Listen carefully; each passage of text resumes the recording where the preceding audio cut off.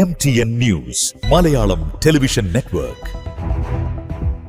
മഴക്കെടുതിയുമായി ബന്ധപ്പെട്ട ദുരന്ത നിവാരണ പ്രവർത്തനങ്ങളിൽ മലപ്പുറം ജില്ല മാതൃകാപരമായ ഇടപെടൽ നടത്തിയെന്ന് പൊതുമരാമത്ത് വകുപ്പ് മന്ത്രി പി.കെ. ബഷീർ പറഞ്ഞു. ആസൂത്രണ സമിതി കോൺഫറൻസ് ഹാളിൽ വിളിച്ചു ചേർത്ത അവലോകന യോഗത്തിൽ സംസാരിക്കുകയായിരുന്നു അദ്ദേഹം.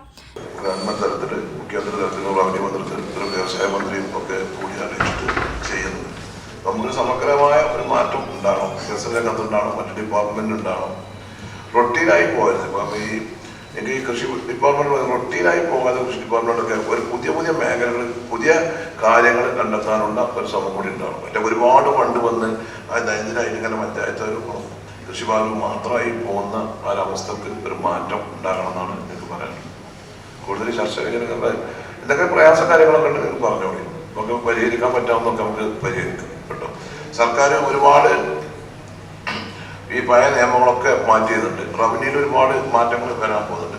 പിന്നെ നമ്മളെ ഭൂമി അതുപോലെ അക്വിസിഷൻ കാര്യങ്ങളിൽ ഒക്കെ മാറ്റം വരാൻ പോകുന്നത്. 500ഓളം പുതിയ സർവേയർമാരെ സർക്കാർ തലത്തിൽ റവന്യൂയിലേക്ക് കോൺട്രാക്ട് ബേസിൽ ആളുകൾ എടുക്കാൻ പോകുന്നുണ്ട്. അപ്പം അങ്ങനെ സർവേ കാര്യങ്ങളും മറ്റുള്ള കാര്യങ്ങളിലൊക്കെ എവിടെയൊക്കെ ആണോ ഈ പ്രയാസങ്ങൾ ഉണ്ടെങ്കിൽ ഇപ്പോൾ സാധാരണ എല്ലാ വകുപ്പൊന്നും ഫയല് ഫിനാൻസ് പോകും. അതിന് മാറ്റം ഉണ്ടായി. ക്യാബിനറ്റ് തീരുമാനം എടുത്തു.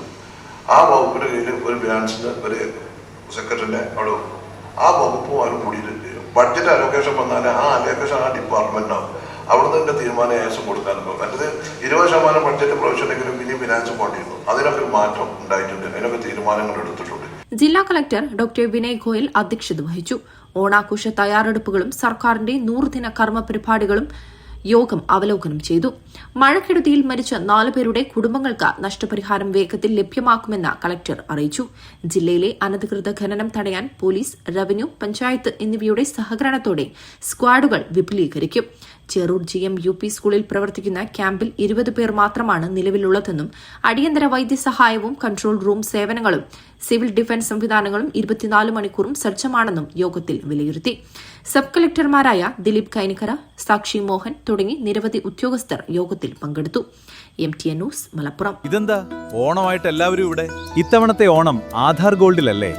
ഓണം സ്വർണോത്സവം ആധാർ ഗോൾഡിലൂടെ ഓഗസ്റ്റ് 1 മുതൽ ഒക്ടോബർ 31 വരെ. 1ാം സമ്മാനം തിളങ്ങുന്ന ഒരു മാരുതി ബലേനോ കാർ. 2ാം സമ്മാനം സ്റ്റൈലായി യാത്ര ചെയ്യാൻ ഒരു സ്കൂട്ടർ. 3ാം സമ്മാനമായി 5 ഫ്രിഡ്ജുകൾ 5 വിജയികൾക്ക് സ്വന്തം. 4ാം സമ്മാനമായി 5 വാഷിംഗ് മെഷീൻ 5 പേർക്ക്. 5ാമതായി 50 മനോഹരമായ ഡിന്നർ സെറ്റുകൾ 50 പേർക്ക്. 6ാം സമ്മാനം 50 പ്രഷർ കുക്കറുകൾ 50 ഭാഗ്യശാലികൾക്ക്. 7ാം സമ്മാനം 50 ഫ്രൈ പാനുകൾ 50 പേർക്ക്. എന്താ മാവേലി, ഇത് പൊളിക്കൂലേ?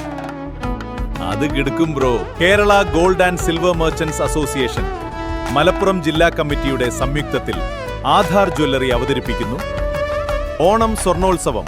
ഓഗസ്റ്റ് 1 മുതൽ തുടർച്ചയായി 3 മാസക്കാലം നീളുന്ന ഈ സുവർണാവസരത്തിൽ നിങ്ങളും പങ്കാളിയാകൂ. ആധാർ ഗോൾഡിന്റെ മുഴുവൻ ഷോറൂമുകളിലും ഈ സമ്മാന കൂപ്പൺ ലഭ്യമാണ്.